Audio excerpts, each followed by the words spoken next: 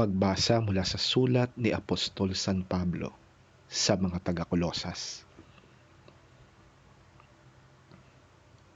Sapagkat tinanggap na ninyo si Kristo Jesus bilang Panginoon, mamuhay kayo sa paraang karapat-dapat sa Kanya. Magpakatatag kayo at patuloy na lumago sa pagkakilala sa Kanya. Magpakatibay kayo sa pananampalatayang itinuro sa inyo at lagi kayong magpasalamat sa Diyos. Mag-ingat kayo upang hindi kayo mabihag ni numan sa pamamagitan ng walang kabuluhan at madayang katuruan na hindi kay Kristo nagmula, kundi sa mga tradisyon ng mga tao at sa mga alituntunin ng mundong ito. Sapagkat likas kay Kristo ang buong pagka-Diyos kahit na siya'y nagkatawang tao.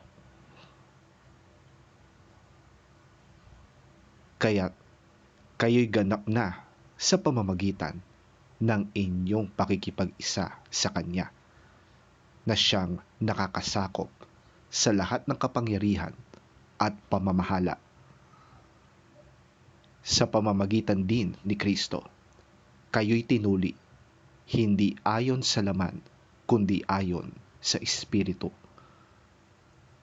Sa pamamagitan ng bautismo, nailibing kayong kasama ni Kristo at muli rin kayong nabuhay na kasama niya dahil sa inyong pananalig sa kapangyarihan ng Diyos na muling bumuhay sa Kanya.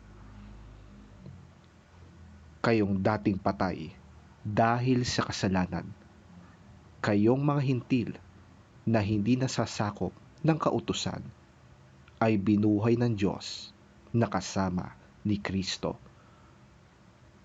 Pinatawad niya ang ating mga kasalanan at pinawalang bisa ang lahat ng naisulat na alituntunin laban sa atin, pati ang mga pananagutang kaugnay nito. Pinawi niya ang lahat ng ito nang ipako siya sa krus.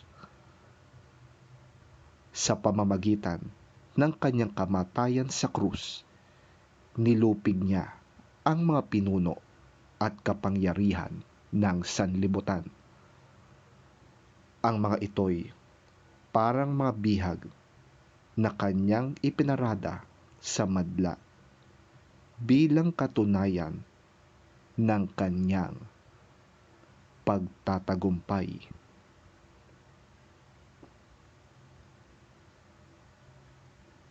Ang salita ng Diyos. Salamat sa Diyos.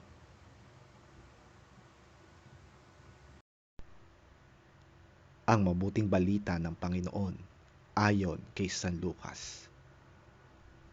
Papuri sa iyo, Panginoon. Nang panahong yon, umakyat si Jesus sa isang bundok at magdamag siyang nanalangin sa Diyos. Kinaumagahan, tinawag niya ang kanyang mga alagad. Pumili siya sa kanila ng 12 at sila'y tinawag niyang mga apostol. Sila ay sina Simon, na pinangalanan niyang Pedro, si Andres na kapatid nito, sina Santiago, Juan, Felipe, Bartolome, Mateo, Tomas, Santiagong anak ni Alfeo, si Simon na makabayan, si Judas na anak ni Santiago, at si Judas Iscariote na naging taksil.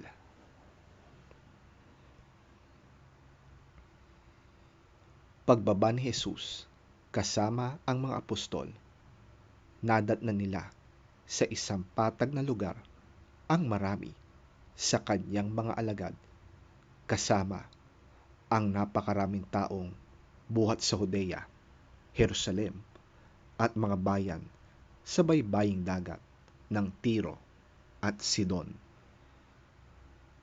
Pumaroon sila upang makinig at mapagaling sa kanilang mga karamdaman. Pinagaling nga sila ni Jesus, pati na rin ang mga pinapahirapan ng masasamang espiritu. Sinisikap ng lahat ng may sakit na makahawak man lamang sa kanya, sapagkat may kapangyarihan siyang nagpapagaling ng lahat ng karamdaman.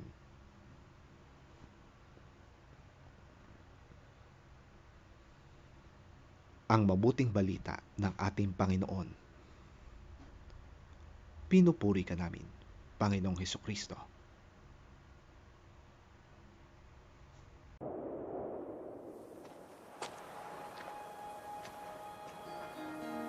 One of those days, Jesus went out to a mountainside to pray and spent the night praying to God. When morning came, he called his disciples to him and chose 12 of them, whom he also designated apostles. Simon, whom he named Peter, his brother Andrew, James, John, Philip, Bartholomew, Matthew, Thomas, James, son of Alphaeus, Simon, who was called the Zealot, Judas, son of James, and Judas Iscariot, who became a traitor.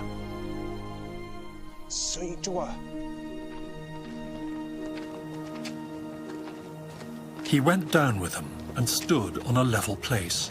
A large crowd of his disciples was there, and a great number of people from all over Judea, from Jerusalem, and from the coastal region around Tyre and Sidon, who had come to hear him and to be healed of their diseases. Those troubled by impure spirits were cured, and the people all tried to touch him, because power was coming from him and healing them all.